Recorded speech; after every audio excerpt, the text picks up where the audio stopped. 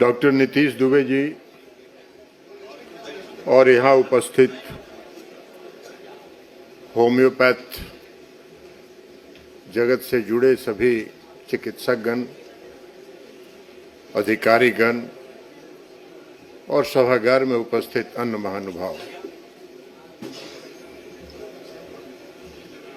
नीतीश दुबे जी से मेरा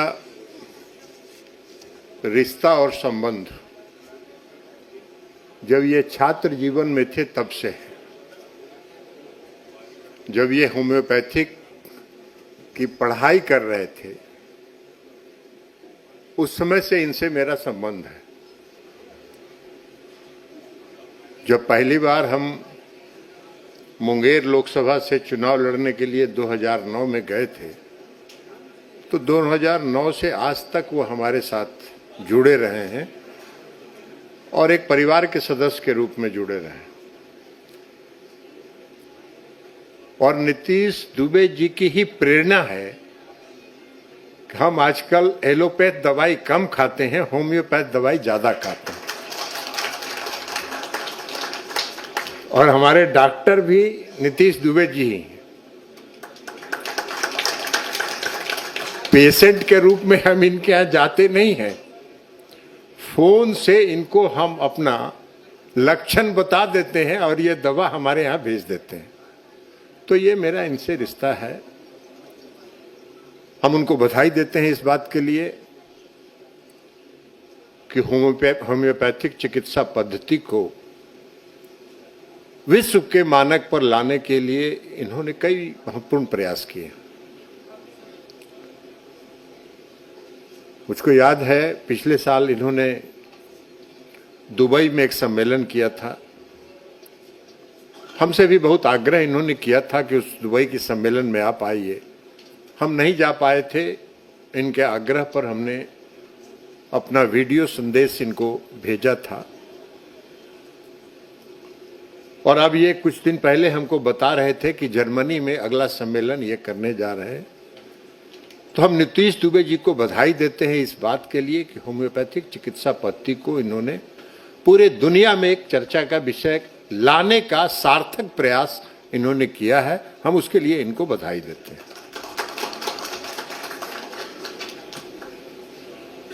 देखिए, होम्योपैथिक चिकित्सा पद्धति प्रणाली जो है पूरी उसकी उपलब्धि है और वैश्विक स्वीकार्यता भी इसका बढ़ रहा है। धीरे धीरे लोग होम्योपैथ की तरफ जा रहे हैं। वर्ल्ड हेल्थ ऑर्गेनाइजेशन ने भी होम्योपैथिक चिकित्सा पद्धति को वैकल्पिक चिकित्सा पद्धति के रूप में मान्यता दी है और इसलिए होम्योपैथिक चिकित्सा एक जो दवा है होम्योपैथ की, हमारा अपना मानना है। आप सब होम्योपैथिक चिकित्सा पद्धति से जुड़े हैं, लेकिन हमारा मानना है कि इसमें असर थोड़ा विलंब से होता है इसका।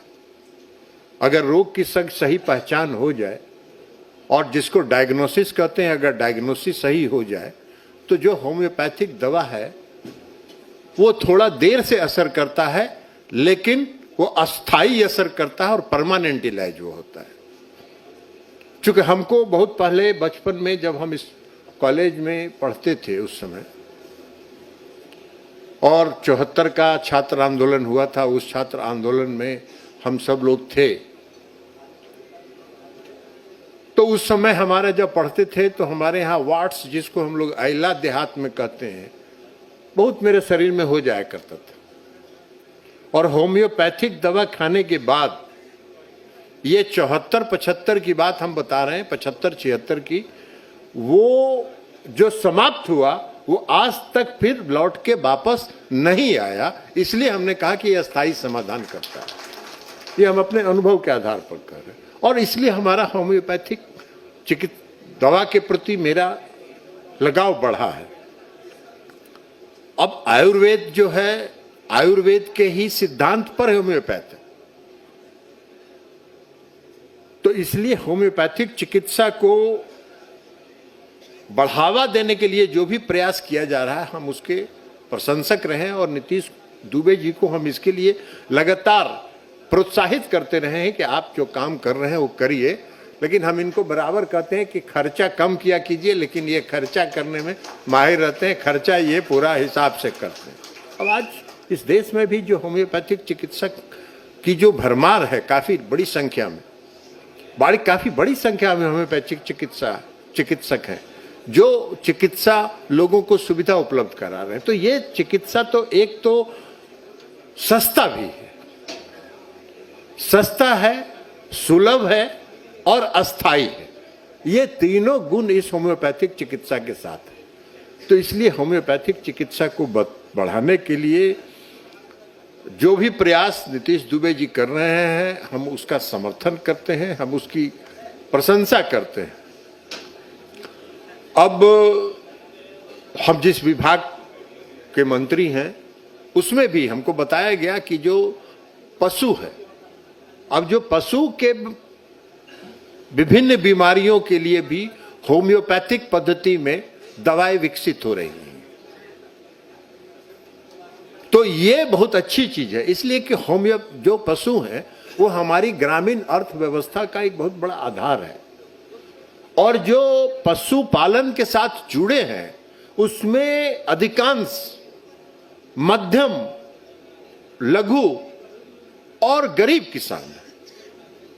और मुख्य तौर पर महिलाएं पशुपालन का काम, घर में जो पशु होता है उसके देखभाल का काम महिलाएं करती हैं, महिलाएं इसके साथ जुड़ी हुई हैं।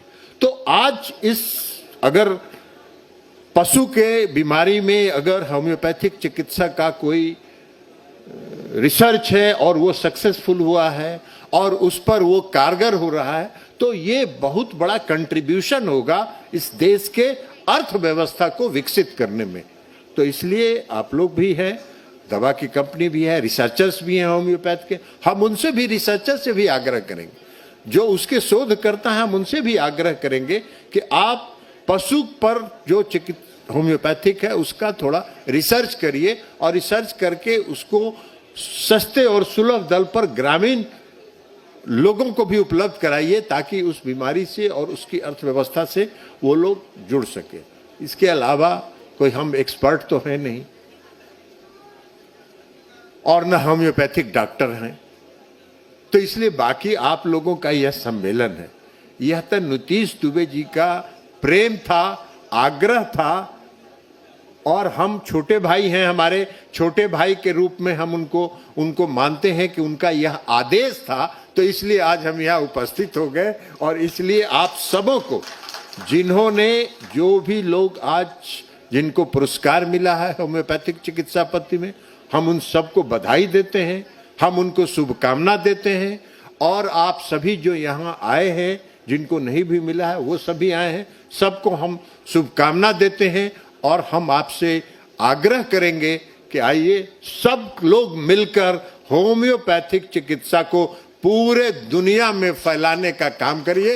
यही हम आग्रह और अपील आपसे करते हुए हम अपनी बात समाप्त कर रहे हैं। आप सबों को फिर से शुभकामना और नीतीश दुबे जी को फिर से शुभकामना देते हुए हम अपनी बात समाप्त करते हैं। बहुत बहुत धन्यवाद।